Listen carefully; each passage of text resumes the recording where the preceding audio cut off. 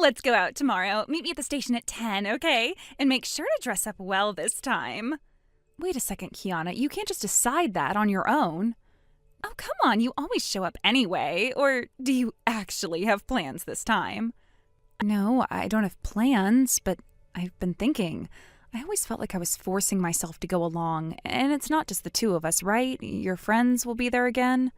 It's always different people, and honestly, having a bunch of guys there too makes it uncomfortable for me. I don't think it's that big of a deal, though. Maybe not for you, since they're your friends, but for me, I'd rather sit this one out. I think you'd probably have more fun without me there anyway. That's not true. Besides, you make things more fun. Everyone laughs when you're around. That's just because you turned me into the joke, right? I hated that, you know.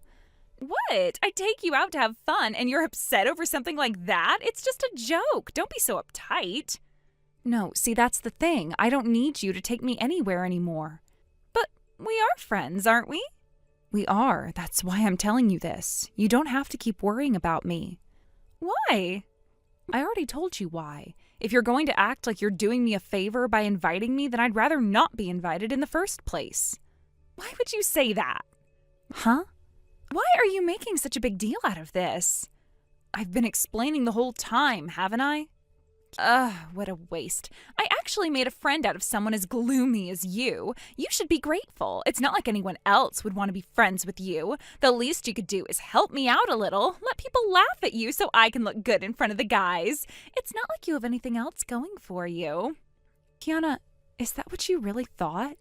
I know I'm not the most outgoing person, and I don't always talk easily with others, but that's no excuse for the way you're treating me. If you think being my friend is something you do as a favor, then that's not real friendship. What is this, a lecture? You're so annoying. I didn't say anything that wasn't true. So you really believe that? You know, earlier you mentioned wanting to look good in front of the guys, but weren't you into Andrew? Did that change? Of course not. You know how long I've been after him. I've been putting in effort. He's just so clueless, I swear. Huh? You say you're focused on him, but you sure spend a lot of time worrying about other guys' attention, too. Well, duh. Everyone wants to be seen as attractive. Why do you sound like you're judging me? What, just because you're some loner, you think you're better than me? So you don't care how girls see you? Because right now my opinion of you is sinking lower and lower. Oh, please, like I care what you think. Girls are all fake with each other anyway. No point in trying too hard. And I don't even get the fake version? That's how little I matter to you? Well, maybe if you actually did what I said, things would be different. But you're barely above last place in my priorities, so if you start acting out, I have no reason to keep you around. Huh. You're gloomy, boring, not even cute, no style, no social skills. Of course you don't have many friends. And now, when I ask you for one tiny favor, you say no. Seriously, you're hopeless. I don't even know how you made it this far in life. It's impressive, really, the way you can insult someone so effortlessly. If you apologize now, I'll let it slide. I'll even keep inviting you out. After everything you've just said, I don't think anyone would want to keep spending time with someone who talks like that. Wait, you're really not going to apologize? Are you sure? If you don't, we won't be friends anymore. Go ahead, do whatever you want. If you want to end it, that's fine with me. Actually, I'd be relieved. What? Are you serious? You don't even feel bad about talking to me like this? That's funny. Wouldn't that apply to you too? Are you really okay with this? Once we're not friends, we won't hang out anymore. No more invites, no more anything. Why do you sound like you're hesitating? You were the one who started all this. I'm not hesitating. I'm just a good person, so I was worrying about you. You'd be all alone after all. Good person? That's a funny way of putting it. Either way, don't bother. I don't need that kind of concern. Well, you're really hopeless. No wonder nobody likes you. Yeah, maybe. I guess I was never the kind of person who enjoyed hanging out in big groups like you do. We were never really compatible, and this just made it clear. Whatever. Later, loser. Oh, right. Well, since we're being honest, there's something I should tell you. What? Something I've been keeping from you. Since we're not friends anymore, I figured now's as good a time as any to say it. Oh, come on, just spit it out already. You're dragging this out on purpose, aren't you? All right. A little while ago, Andrew confessed to me. Yeah. Oh, I see. I see what you're doing. You're trying to mess with me, trying to get back at me for calling you out. That's cute. You really think I'd actually believe you? That you, of all people, got confessed to by Andrew? Do you take me for an idiot? It's not a lie. Oh, please. You're telling me that Andrew, my Andrew, confessed to you? You think I'm stupid enough to buy that? You, who's got zero appeal, zero presence, zero anything. Andrew's a guy who could have anyone. He could walk into a room, pick a girl at random, and she'd be 10 times better than you. He'd never pick someone like you. You're just trying to get a rise out of me, aren't you? Believe whatever you want, but it happened. No, it didn't. There is no universe where that happens. You're lying. If you're so sure, why don't you ask him? You're bluffing. You know, it's funny. You've been using me as your little go-between, haven't you? Talking to him for you, dropping hints about you, trying to make sure he noticed you. And yet, it was me he confessed to. I didn't even do anything. I wasn't trying. And still, I'm the one he chose. Isn't that ironic? No. That doesn't make any sense. I let you be around him because you weren't a threat. You were supposed to be useful, not... You were supposed to help me. You were supposed to talk to him, figure out what he likes, and tell me so I could use it. And now you're telling me that after all of that, after everything I did, he picked you? I haven't even given him an answer yet. Then say no. What? Say no right now. If you actually cared about me, you wouldn't even be hesitating. It's not that simple. Yes, it is. Just say no. You know how I feel about him. You know I've liked him forever. I have put in all this effort, all this time, and you think you can just take him from me? I didn't take anything from you. You can't steal something that was never yours to begin with. You were so confident, weren't you? So sure of yourself. You thought you had it all figured out, that he was already yours, that all you had to do was keep pushing, keep playing your little games, and eventually he'd just fall for you. But you never stopped to wonder, what if he never liked you in the first place? At first, I thought maybe this would be easier if he just fell for you. Maybe that would solve everything. I even tried to push things in your favor. When he confessed, I dropped little hints about you, brought you up, but he already knew. Knew what? Everything. That I was only talking to him because you told me to, that you were trying to use me to get closer to him. No, he didn't. You're lying. You really think Andrew is that oblivious? That he didn't notice how forced everything felt? That he didn't see through your little scheme? So I asked him. What he really thought about you, and you know what he said? What did he say? I'm not into girls like her. I prefer someone more reserved. So you see, this whole time you thought you were playing a game, you thought you had control, but in the end it never even mattered. No. Yeah. No, that's not how this was supposed to go. I was supposed to be with him. I was supposed to. But you're not. And now I am done holding back. I accept his confession. No. Yes. You can't. I just did. Why? Why would you do this to me? Because we're not friends anymore, and I don't owe you anything. You spent years putting me down, mocking me, using me, belittling me. And now when I finally stand up for myself, now that I finally have something you want, you're acting like I'm the one who betrayed you. That's funny. Shut up! No, I think I've been quiet for long enough. I let you control me. I let you make me feel small. But I'm done. I am not your punching bag anymore. You think this makes you better than me? You think you're winning? I think I don't care anymore. Goodbye, Kiana. No, come back here. You can't just leave. You can't just walk away from me. Hey!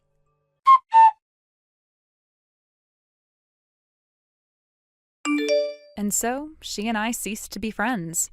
After everything had happened, I decided to move forward with Andrew. I gave him my answer, agreeing to be with him. When I told him, his face lit up with a look of pure joy. He said, I can't believe you actually like someone like me. And hearing that made me so happy. It was a rare moment of genuine emotion, and I could see just how much it meant to him. That simple exchange, his words, felt like a confirmation of all the feelings I had been holding on to for so long. It was like a burden had been lifted from me, and in that moment, everything felt right. The awkwardness of the past, the doubts, the fears, all of it faded away as I saw the sincerity in his eyes. There was no more uncertainty. We were finally in sync. At that moment, I realized just how much I wanted to make this work with him. Being together felt natural, like it was always meant to happen. It wasn't perfect, and I knew we would face challenges along the way, but I had a deep sense of peace with the decision I had made. The happiness I felt was something new, something I hadn't experienced in a long time. Andrew made me feel valued, loved, and for once completely accepted. It was a new beginning for both of us, and for the first time in a while, I was confident about the future. The uncertainty that had clouded my life for so long seemed distant now. Meanwhile, Kiana, who had once been such an important part of our group, didn't take the news well. She didn't accept the situation and certainly didn't take kindly to the fact that Andrew was now with me. Instead of moving on or finding happiness elsewhere, she decided to make things more difficult. She couldn't let go of him, and she began to take drastic, obsessive measures to get his attention. She started plotting ways to steal him away from me, going to great lengths to manipulate situations in her favor. Her behavior became more intense, and it soon escalated into something that went beyond normal jealousy. She started showing up uninvited, texting him incessantly, and even trying to be in places where she knew he would be, all in the hopes of rekindling their past connection. She had crossed a line, and it was clear to everyone around us that she was no longer acting rationally. Her obsession with Andrew led her to become more and more intrusive, and what had once been a somewhat annoying behavior became something darker and more troubling. Eventually, her actions reached a breaking point. What started as harmless attempts to get his attention turned into outright stalking. She would show up at his workplace, at places we frequently visited, and even outside of his home. It was clear that her obsession with him was spiraling out of control. Her behavior was no longer just about trying to win him back. It had become a full-blown fixation that she couldn't shake off. It wasn't long before the situation became so severe that Andrew had no choice but to involve the authorities. He couldn't ignore it any longer, and neither could I. We had tried to talk to her, to make her understand, but she wouldn't listen. She was too far gone into her delusion, and it wasn't just harming her. It was affecting us as well. Kiana had crossed a boundary, and her actions ultimately led her to a situation where the police had to step in. She was caught up in a situation that spiraled out of control, and it was no longer something we could handle privately. The law had to get involved, and from there, everything became even more complicated. She faced legal consequences for her behavior, and the whole town started to talk about what had happened. Her reputation, already tarnished by her behavior, only became worse after the police got involved. No one could ignore how far she had gone in her obsession with Andrew. It was an unfortunate turn of events, but there was nothing that could be done. Kiana had made her choices, and she was the one responsible for where it had led her. She had chosen to keep pursuing something that wasn't there anymore. She had let her jealousy, anger, and obsession take over her life to the point that it had completely consumed her. There was no turning back for her now, and no one could save her from the consequences of her actions. For me, however, it was a reminder of the importance of boundaries, of knowing when to walk away from something toxic, and of valuing what truly mattered. I didn't want to dwell on the mess Kiana had made for herself, but it was hard to ignore the fact that her obsession with Andrew had hurt both of us. What started as a friendship had now been completely overshadowed by her destructive behavior. Her inability to move on had not only destroyed our friendship, but also damaged her own life in the process. Aura, I have a favor to ask. Do you have a moment? A favor from Lilia, huh? Well, I'll hear you out at least. Why do you sound so reluctant? That's rude, don't you think? I haven't even told you what it is yet. Sorry, but judging by all the favors you've asked of me before, I can't exactly say I'm looking forward to this. I can't believe you just say that to my face. You really have no tact, do you? Whatever happened to being neighborly? A little bit of goodwill never hurt anyone. Is it really so much to ask for a simple favor? Oh, sure, a simple favor, like when we were talking about Mark's birthday present and I mentioned how I had to go through hell and back to get that sold-out game console. And what was the first thing you said? Oh, then why don't you just give it to me? At half the original price, no less. It was used, wasn't it? That price was perfectly reasonable. It's called a friend discount. You're just stingy. How about you take a look at how much it's going for online before calling me stingy? Not that the price was even the point. Ugh, enough about that already. The important thing here is that I'm the one asking for a favor right now. Fine. So what is it this time? Don't worry, it's much easier than the last thing you were fussing over. All right, I'll bite. What is it? I want you to look after Kyle. Kyle? Yes. So can I count on you? I mean, I guess it's not as bad as I was expecting. What do you take me for? If you think it's reasonable, then you'll do it, won't you? Well, that depends on what I have planned for the day. I can't watch him all day or anything. So when are you asking me to do this? When? Obviously, I mean today. Why do you think I'm asking you now? Excuse me? I got a message from some high school friends this morning. They want to meet up today. Ever since Kyle was born, I have been completely tied up with taking care of him, so I haven't been able to go out much. But I finally got an invite again, and I think I deserve to have a little fun, don't you? So I'm asking you to do me this favor. No, helping you out is not the issue here. Do you realize how insane it is to drop this on me on the same day? You can't just decide at the last minute to dump your kid on someone else. What are you so upset about? Would you rather I bring him along to an adult gathering? Kyle's a well-behaved kid, but some people just don't like having children around. It's common courtesy to be mindful of that. That is not what I'm talking about. The issue here is that you're the one asking for a favor, yet you didn't even consider my schedule. You're acting like it's a given that I'll just say yes. It's not like I planned this ahead of time. They only just invited me today. They probably didn't even know I had a kid. Then why didn't you just turn them down? Didn't I just explain this? I work hard every single day. I have barely had any free time since Kyle was born, and I deserve to have a little fun too. It's not a crime to let loose once in a while. It is when you're forcing your responsibilities onto someone else. If it's really that last minute, you could still cancel. Too late. I'm already on the train. You're what? I said I am already on the train. Are you serious? You didn't even wait for my answer. Well, the meetup is pretty far, so I had to leave early. Then, where is Kyle right now? You were planning for me to watch him, weren't you? Oh, don't worry, he's fine. He's at the park near my house. Since it's close by, you can just swing by and pick him up, right? You can't be serious. You actually left a first grader alone at the park? What's the problem? I didn't just abandon him. He's playing, having fun.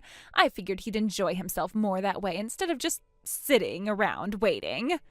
Do you even hear yourself right now? You seriously think it's okay to just leave him there? What if something happens?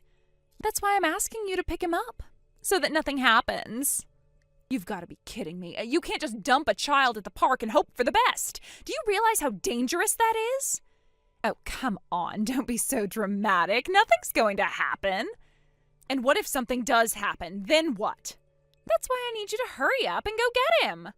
No, you don't get it. If something happens, it's your fault, not mine. You're the one who just left him there.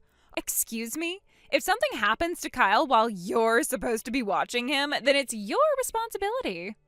Oh, hell no. You are not dumping that on me. If something happens, it's because you made an incredibly reckless decision. You can't just throw a kid at someone with no warning and expect them to take responsibility. I don't see what the big deal is. You're acting like I abandoned him in the middle of nowhere. It's just a park. That is not the point. You can't just assume everything will be fine. What if he gets hurt? What if someone shady approaches him? You didn't even wait for my answer before leaving him there. You're really overthinking this. Just go get him already. Absolutely not. You need to turn right around and pick up your own kid. I am not going to clean up this mess for you. Ugh, you are so unreasonable. Why can't you just help me out like a real friend?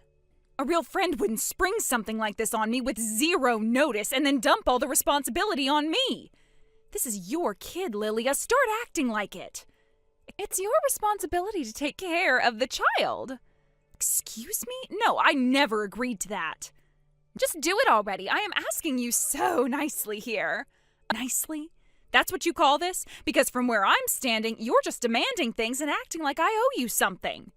You don't think about how much trouble you're causing for other people. You expect everyone to bend over backward for you, and then when they don't, you act like they're the problem. I honestly don't know how you expect me to just nod along and agree with you. It's baffling. Oh, for crying out loud, do you even care about Kyle at all? He's probably sitting somewhere alone right now, wondering where his mother went. He might be scared. He might be crying. Do you really not care about that? And whose fault is that?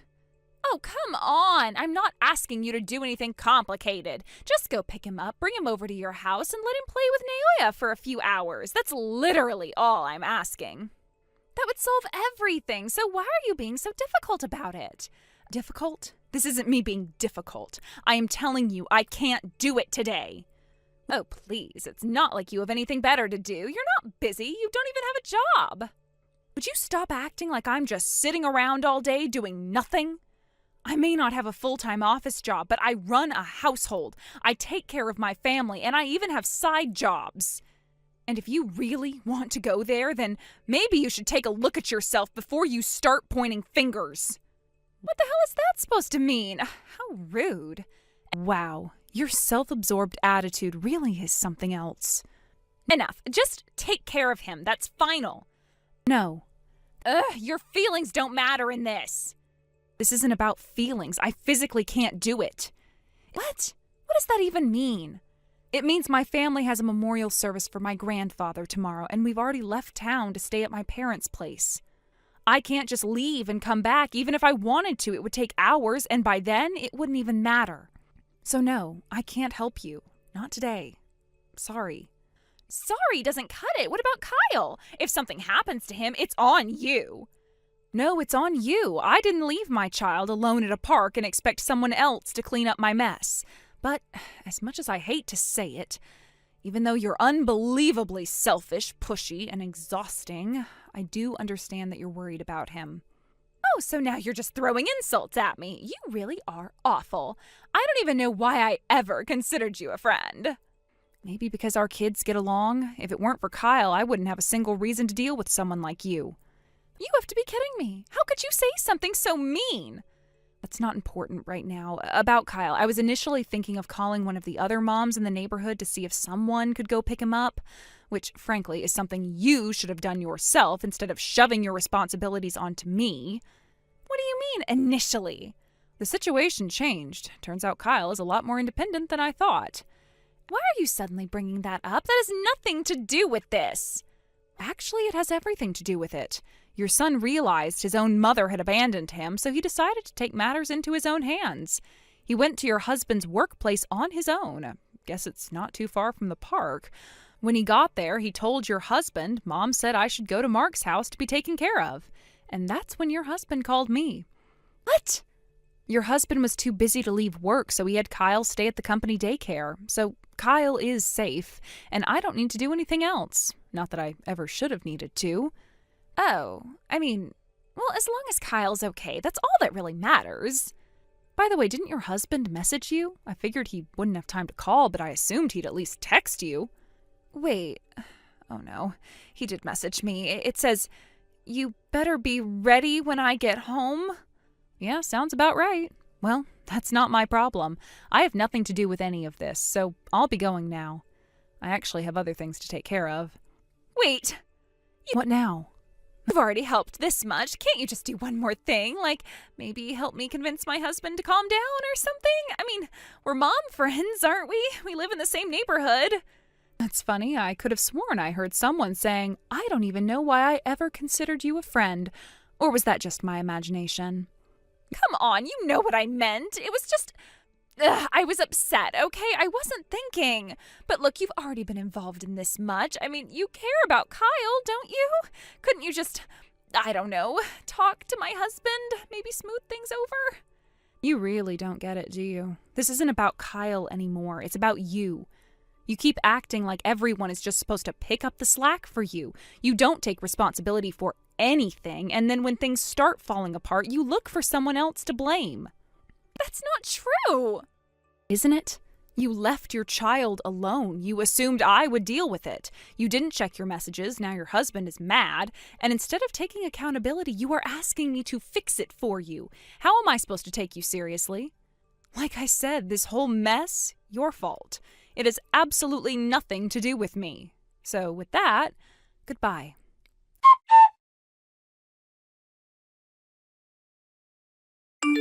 A few days later, when we returned home, her husband came to apologize. According to him, he had been growing increasingly frustrated with his wife's selfish behavior, which had been escalating over time. He had tried to tolerate it for as long as he could, but this incident had pushed him to his breaking point. As a result, he made the difficult decision to file for divorce. They had a serious discussion, and in the end, they reached an agreement on custody arrangements.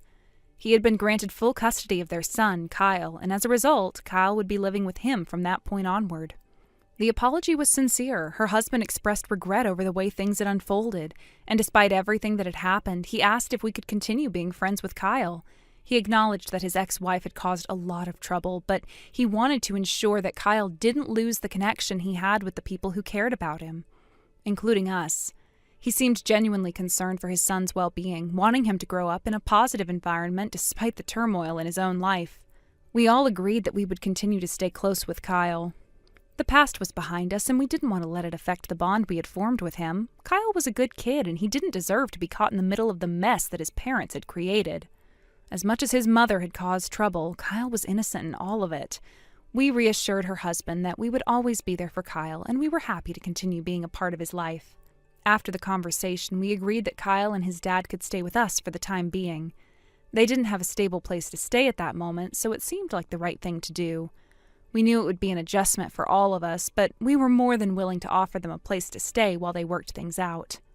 In the days that followed, Mark and Kyle quickly became close friends. They had always gotten along well, but now they had the opportunity to spend even more time together.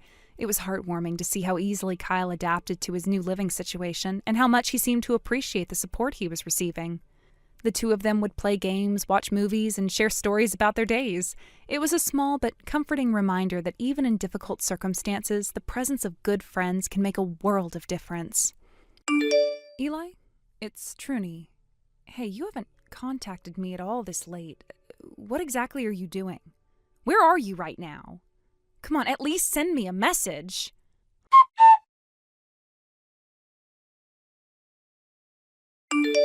Bailey! Sorry, I know I promised, but I ended up running late.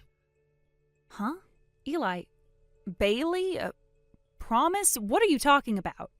Oh, come on, don't be mad. My boss wouldn't let me go and dragged me out for drinks. I just finally got away. I see. Yeah, seriously. I already hate drinking with that guy, and on top of that, my wife would not stop blowing up my phone. You know, where are you? What are you doing? Nagging me non-stop. It was such a pain. Oh, it was a pain, huh? I swear she acts like she thinks I'm cheating or something. Not that she has any proof, so there's nothing she can really do. Huh. And I'm already suffering enough dealing with my annoying boss trying to keep my patience. She doesn't even try to understand how tough my day's been. Honestly, she's just way too much. That's why I'd much rather be with someone cute and sweet like you. You're such a breath of fresh air. I just want to hold you already. I'll be waiting. Sorry again for being late. It must have been lonely waiting all by yourself at the hotel, huh? I'm almost there. And hey, tomorrow's my day off. Why don't we just spend the whole day together? To make it up to you, I'll even buy you something fancy. Another designer gift. How's that? Really? That makes me so happy. Of course. Look forward to it.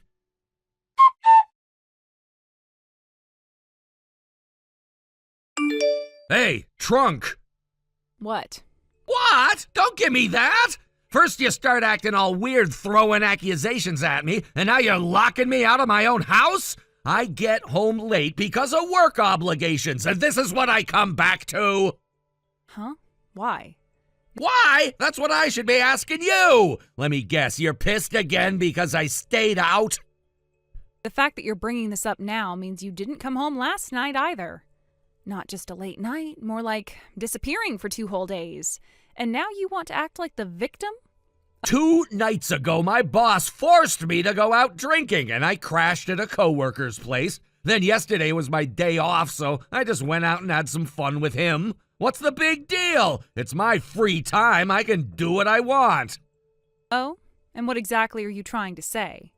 What am I trying to say? Are you serious? I'm saying don't lock your own husband out of the house. If you've got the energy to stand around outside complaining, maybe just open the door yourself. Oh, wait, don't tell me. You forgot your key? I left it at home that night, okay? If I had it, I wouldn't be asking you for help, obviously. Oh, I see. So you forgot your key, yet somehow you're the one acting all high and mighty? What? People forget things sometimes. You don't have to be so damn petty about it just because you're in a bad mood. Oh, are you describing yourself right now? You're so damn annoying. I mean, come on, you're clearly the one who's mad here. Of course I'm mad. I come home, can't even get inside, and instead of just opening the door, you're bombarding me with accusations through text messages. Anyone would be pissed. Now stop wasting time and open the damn door. Oh, so I'm annoying and persistent, huh? Quite the choice of words. Tell me, what exactly about me is so annoying? Are you serious? You never listen. You never trust me. Oh, you mean like how you've been coming home late, staying out overnight, and suddenly taking days off to party? That kind of not trusting you? Yeah! And you seriously thought that would convince me? Because to me, that just sounds like a guy trying way too hard to cover up an affair. That's only because your mind is filthy. I'm out there working my ass off, dealing with people I don't even like, trying to keep things smooth at my job. And what do I get? A wife who treats me like a damn criminal, with no proof, by the way. Oh, proof. Yeah, that's the thing. I haven't said anything yet because I was waiting. I wanted to see just how you'd slip up. You talk like you know I did something. This is borderline defamation, you know. Oh, is that so? Enough! This is getting us nowhere! Just open the door already! If you've got something to say it to my face! Yeah, about that. That's gonna be a little difficult. What? Quit messing around! What, are you too scared to talk to me directly? Coward! Oh, it's just... I'm not there. What? Wait, you're not home? At this hour? You're never out this early. What the hell are you doing? You might want to check yourself. That's what they call a boomerang, right to the face. And no, it's not funny. Quit screwing around! I'm asking why you, of all people, are out of the house at this time! It's weird! What, you got something to hide now? Oh? Is that what you think? Oh, actually, there was something kind of funny. What? You really have no idea, do you? What the hell are you talking about? You are so clueless, it's almost sad. Here, why don't you take a good look at our chat history? Scroll up. Check out the last messages you sent me before this conversation started. What? What the hell are you getting at? Just read it. Go ahead. Fine. What am I even looking for? Oh, you'll see.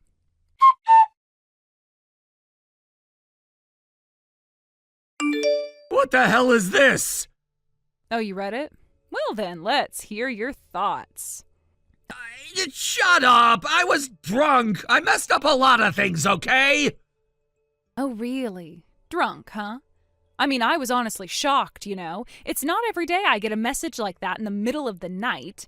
At first, I wasn't sure how to react. I figured maybe you were just being an idiot. But then I thought, what if he actually screws up and digs his own grave? So I decided to just play along. And wow, you did not disappoint. You kept talking and talking, shoveling deeper and deeper, making it worse with every word. It was almost fascinating to watch. I was even looking forward to what kind of pathetic excuse you'd come up with in the morning. But you didn't even realize, not a single hint of guilt. You just woke up like it was any other day. I told you already, I was drunk! Oh, sure, drunk. Drunk enough to call out some woman's name, to text her saying you wanted to spend some quality time together, to head straight to the hotel where she was waiting alone. And to top it all off, you even bragged about how you'd bought her expensive gifts multiple times. But no, of course, you weren't cheating. Just going there doesn't prove anything. It's not like there's solid evidence.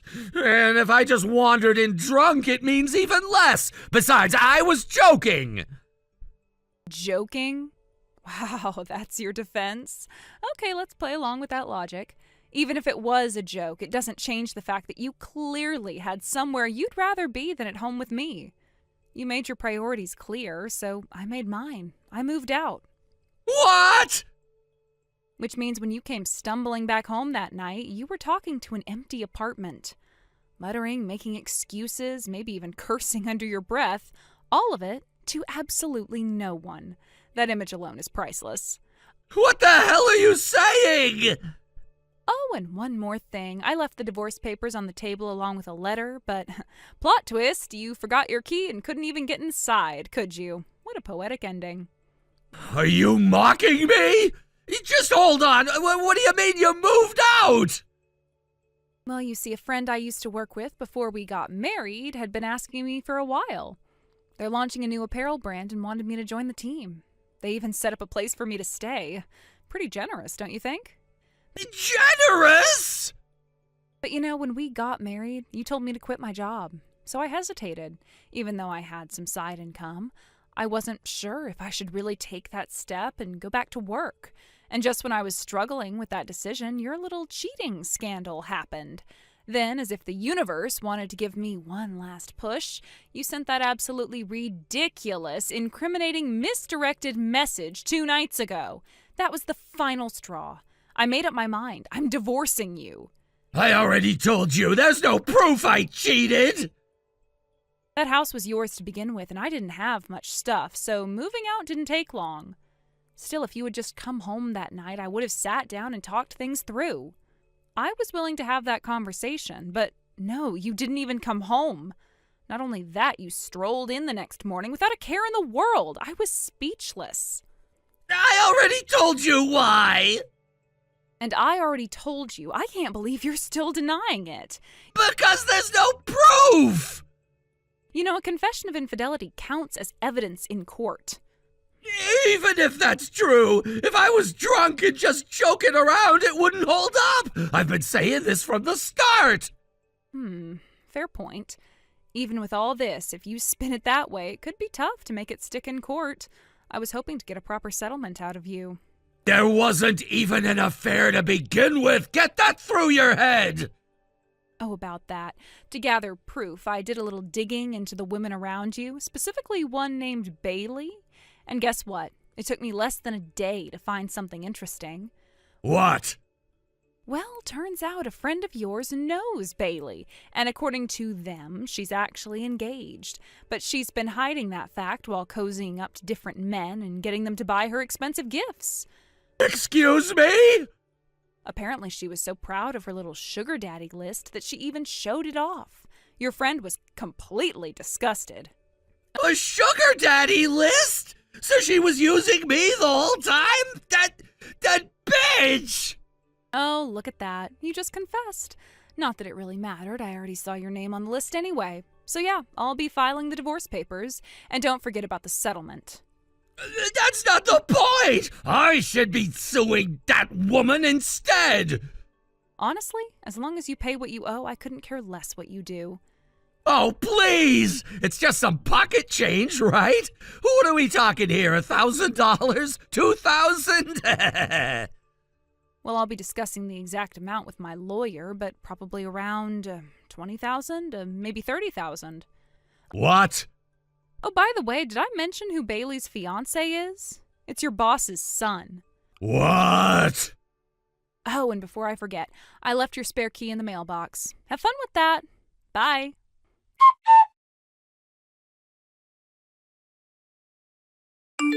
After everything settled down, the divorce was finalized without any major complications. The alimony was arranged, and I received it all in one lump sum, just as I had planned and hoped for. At last, the chapter with Eli, with all of its pain and turmoil, was officially closed, and I was free to move forward with my life. However, Eli seemed to have grossly underestimated what the costs of the divorce would be.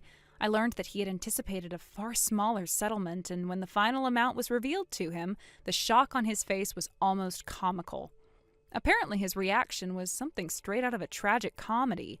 He was an emotional wreck, tears and snot running down his face as he wailed, "My savings are all gone!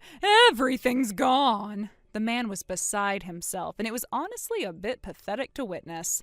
Still, I couldn't help but feel a strange sense of satisfaction in knowing that the reality of his actions had finally hit him hard. His complacency, his selfishness, his total disregard for anyone but himself, none of it had prepared him for the consequences of his behavior. It was almost poetic justice that he now had to face the very fallout that he tried so hard to avoid for so long. His financial meltdown was nothing compared to the consequences he faced in his career. Word spread fast in the office about the divorce, and the whispers didn't take long to reach his ears. His colleagues and peers began murmuring about how he had stolen the CEO's son's fiancée, a scandal that would forever tarnish his reputation.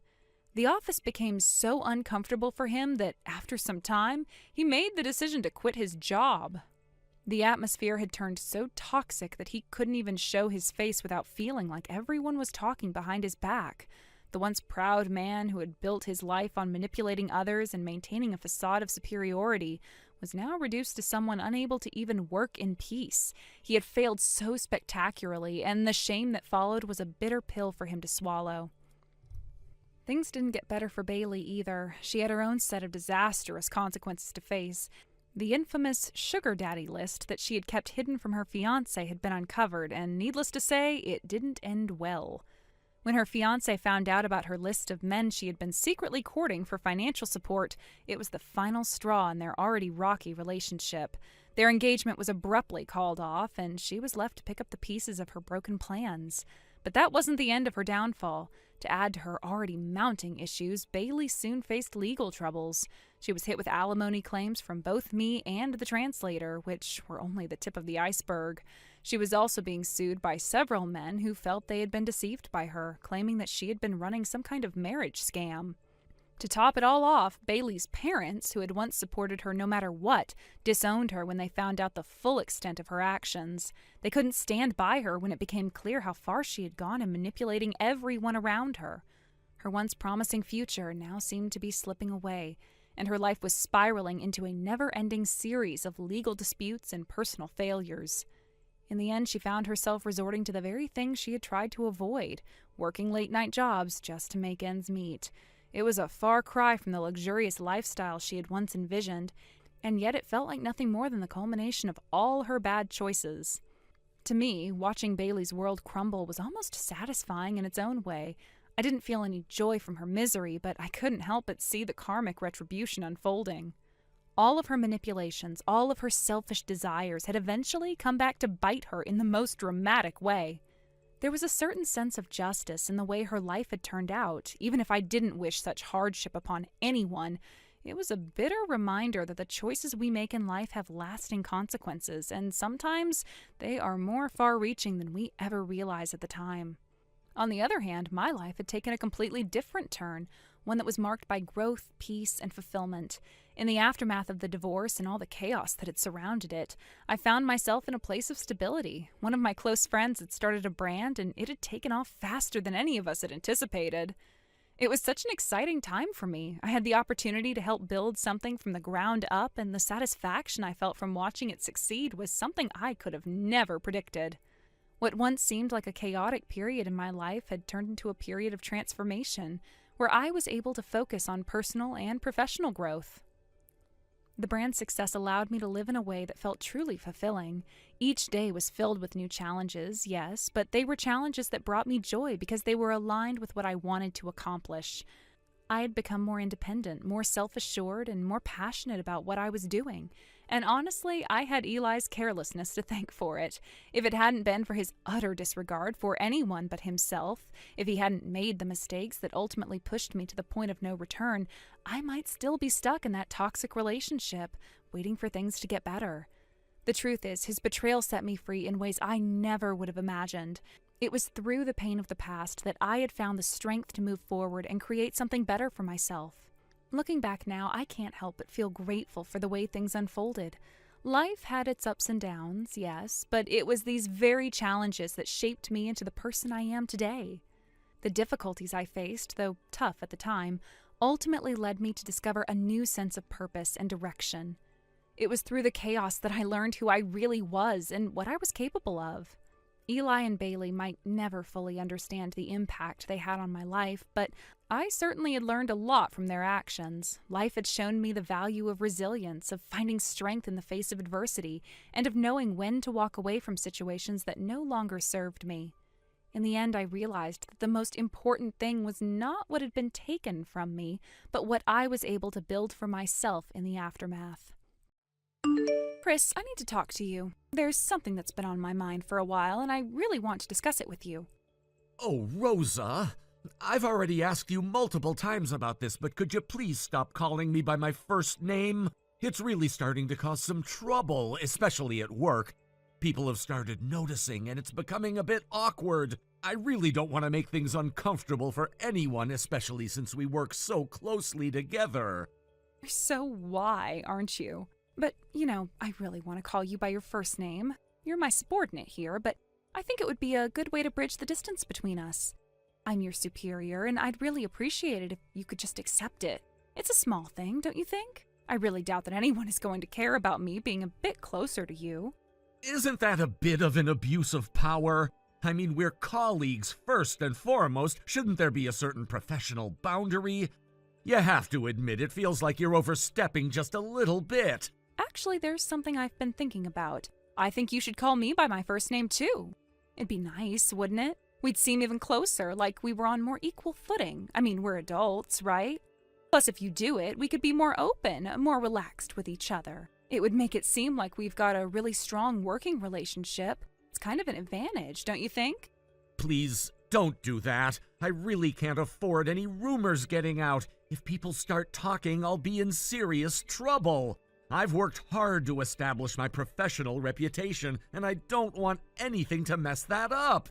You know how sensitive things can get at the office? Oh, I understand. I won't push it then.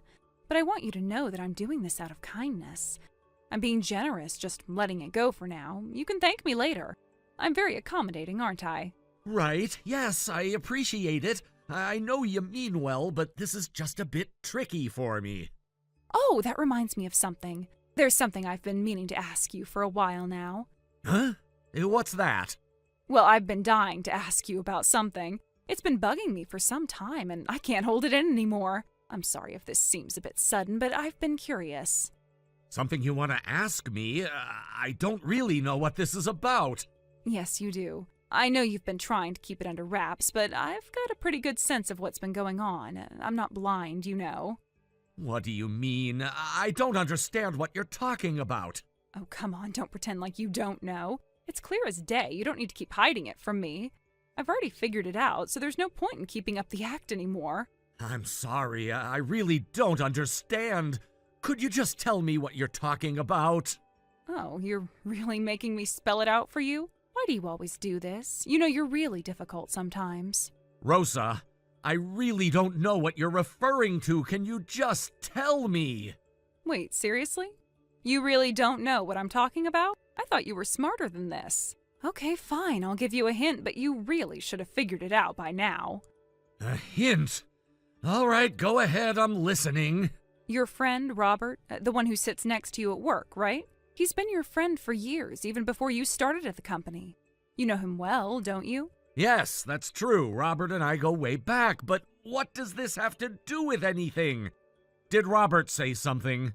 Did he do something I should know about? Well, he's got quite a reputation for gossiping, doesn't he? You know how he is, always talking about other people behind their backs. The other day I overheard him talking to someone about you. It was about something important. Something personal. I wasn't particularly fond of him before, but after hearing that conversation, I felt like I should at least thank him for letting me in on the secret. If he hadn't said anything, I would still be in the dark, so I guess for once I owe him a little gratitude. I don't know what you're talking about. I really don't. Oh, you're really making me work for it, aren't you? You're being so dense. All right, let me jog your memory. Think really hard. Robert, that guy who sits next to you, you told him something pretty significant recently. You should remember. Wait, are you talking about the engagement? The thing with my partner? Yes, that's exactly it. You're getting married. You've been keeping it a secret from me, but honestly, I'm not surprised. Everyone else seems to know about it now, thanks to Robert. Well, yes, it's true that I'm getting married. I've already told some of my friends about it, but what's the issue? Why are you so worked up about this? You wanted to keep it a surprise, didn't you? But you know, I really think things like this should be discussed between the two of us first, not just broadcasted to everyone. It's a huge step, and it's something you should have shared with me before telling everyone else. I mean, I get that you're excited, but proposing is a pretty big deal. You haven't even done that yet, and here you are telling Robert about it like it's already done. Excuse me, I don't see the problem here. Problem is that you didn't even tell me, the one involved in this, before sharing it with everyone else. You just assumed it was okay to tell other people first. That's what's wrong. You should have come to me first. I mean, we've been through so much together, and I thought we had a better understanding than this. Wait, why would I need to tell you first? Why is this such a big deal to you? Well, I thought it was obvious. Of course I'll say yes when the time comes. I'm thrilled. I heard Robert say something about getting a promotion through some sort of power move, but don't worry, I'll make sure your dad knows about everything too. He'll be in the loop. I'm sorry, but I still don't understand what you're saying. It's simple. I'm saying that we should be looking at wedding venues already. We need to start planning the details. I think there's been some serious misunderstanding here. I'm not marrying you, Rosa. Wait, what? What do you mean? What do you mean? What do I mean? You've got to be kidding me. How did you misunderstand all of this? I don't know what's going on right now. Are you saying you and I aren't a couple? No, Rosa, I've been with someone else. We've been together since college, and yes, we're getting married. I thought you knew this. Oh, come on, stop with the jokes. You can't be serious. You may not have taken me out on dates or called me by my name, but there was always something. There was always something between us. I know it. You might not admit it, but it's there. So now you're telling me that everything that's happened between us somehow means we're together? It's completely ridiculous. I didn't do anything to make you think that. What exactly did you misunderstand? What part of our interactions made you believe we were a couple? Well, I mean, when you greeted me with a smile at work, when you praised me for my work, when you were so kind and attentive to me. How could I not think there was something there? You were always so considerate. And that's where you're wrong. Do you really think I would give you special treatment because I have romantic feelings for you? You're my boss, Rosa. I've been nothing but professional. There's no room for misinterpretation. It's just basic courtesy at work, nothing more. Oh, please, don't try to brush it off so easily.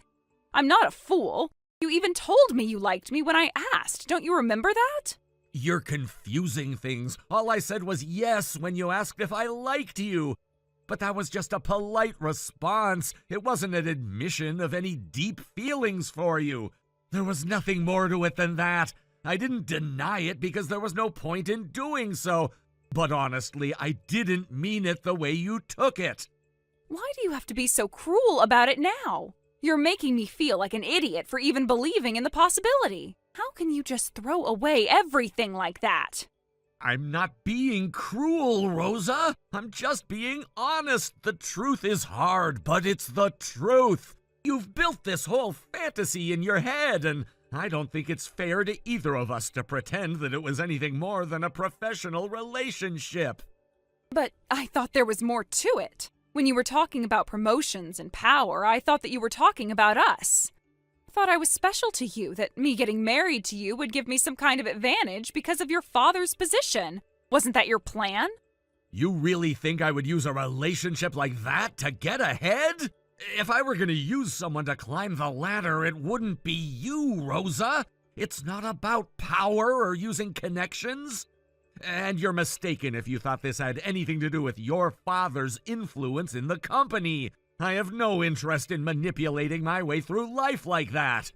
But you said to Robert that you were using connections for a promotion. I thought you meant you were talking about me and about how my father could help you move up. That was the whole reason behind everything, wasn't it? No, you've got it all wrong. What I said to Robert was about the fact that I won't use anyone for promotion. Your father's position doesn't affect my choices. It's a simple truth. If you'd really listened, you'd know that I said it's not about your family's influence at all. This is something personal that I'm doing on my own merit. Then, what's going on? What are you saying? Are you trying to tell me that we're not connected in any way? That you and I have nothing at all? Yes, that's exactly what I'm saying. You're reading far too much into all of this. My relationship with you is professional. I'm focused on my work, and that's all there is to it. I'm sorry you misunderstood, but that's the truth. No, this isn't possible. You can't just act like this doesn't matter. You can't make me feel like this was all in my head when you played along with it. When you told me things like you liked me, when you treated me differently from others, and now you're pretending it was all nothing. You've got it wrong, Rosa. I never led you on. I never promised anything. I treated you well, yes, but that was as a colleague. Don't make it into something more than it is. I thought we were clear about this, but it seems I didn't communicate properly. I'm sorry you felt led on, but that was never my intention. You never intended to lead me on, but your actions did lead me on. When you said those things, when you told me that you liked me, I took them at face value. I trusted you. I understand how you might have interpreted things that way, but I swear to you it wasn't intentional. I never wanted you to feel like this. If I had known you felt this way, I would have been more careful. But the way you've taken everything and blown it out of proportion is unfair to me, too. I don't know what to say to you now. All this time, I thought you were the one for me. I thought I had a chance, that this could work. But now I am nothing more than just another colleague to you. You never saw me as anything else, did you? I didn't think of you like that, no. I didn't look at you through any lens other than as a coworker. I treated you the same way I treat anyone else at work. The feelings you've developed are your own, but I never encouraged them. You misread the signals, and now we're in this situation. I don't know if I can accept that. You have hurt me more than you know. I thought you were someone I could rely on, someone who would understand me. But instead, you've turned this into a professional obligation, and it's like nothing we had matters anymore. You really have no feelings for me, do you? I don't want to hurt you, Rosa, but the truth is that I don't feel for you in the way you want me to. We both need to move forward and focus on what we need to do in this office. Let's leave this behind us for the sake of both of us. We can't keep pretending that there was something here when there wasn't. You need to face the facts. I don't know how I can face the facts. All I wanted was to matter to you. I wanted us to be something real. But now it's like everything was just a lie. It wasn't a lie. It was a misunderstanding. We were colleagues. We had a working relationship and nothing more than that. I'm sorry if you thought otherwise, but that's the truth. And for both of us, it's time to let it go. So that's it? You're just going to walk away from this like it was nothing? I'm not walking away from anything, but I can't keep pretending. You need to understand that this wasn't anything more than what it was. And I need to focus on my work as I always have. I don't think I'll ever be able to forgive you for this. Not after everything you've done. I don't know how to move on, but I guess I'll have to. You've made it clear there's no room for me in your life. I never meant for you to get hurt, but this isn't something I can change. It's time for both of us to move on for our sake and the sake of the work we do here. I'm sorry it's come to this.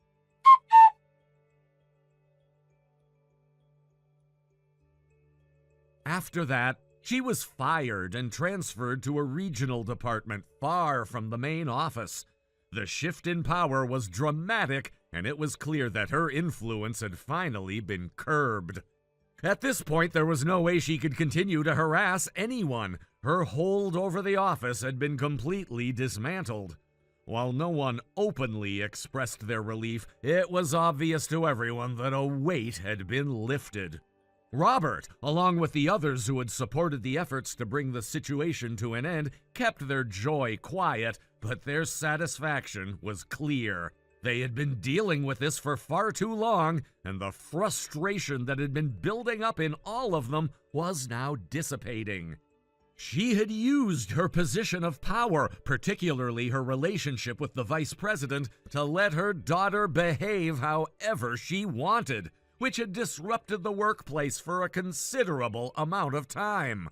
It was also rumored that her actions had influenced her own salary and that of the vice president significantly, although those details weren't widely discussed. Still, the general feeling was that there had been some sort of unwarranted benefit for both of them, which only added to the resentment within the office. With her departure, the workplace seemed to breathe easier. The tension that had been so pervasive was now gone. The environment began to feel more calm and cooperative. People didn't have to worry about arbitrary favoritism or underhanded tactics interfering with their work. It felt like the first step toward restoring fairness, and that alone was enough to lift everyone's spirits. As for me, well, my personal life had changed and I had gotten married, but at work everything was still much the same. There were no sudden promotions or dramatic shifts in my career, but I wasn't surprised by that. I had made peace with the idea that progress would take time. For the time being, I remained focused on doing my job well and improving where I could. It was clear, though, that the path to promotion now had fewer distractions, and I would have to climb on my own merits. The reality of corporate life had set in. No more relying on personal connections or shortcuts. It was all about proving yourself and continuing to develop. It had always been like this, but the events with her had highlighted just how important it was to rely on my own skills, hard work, and determination.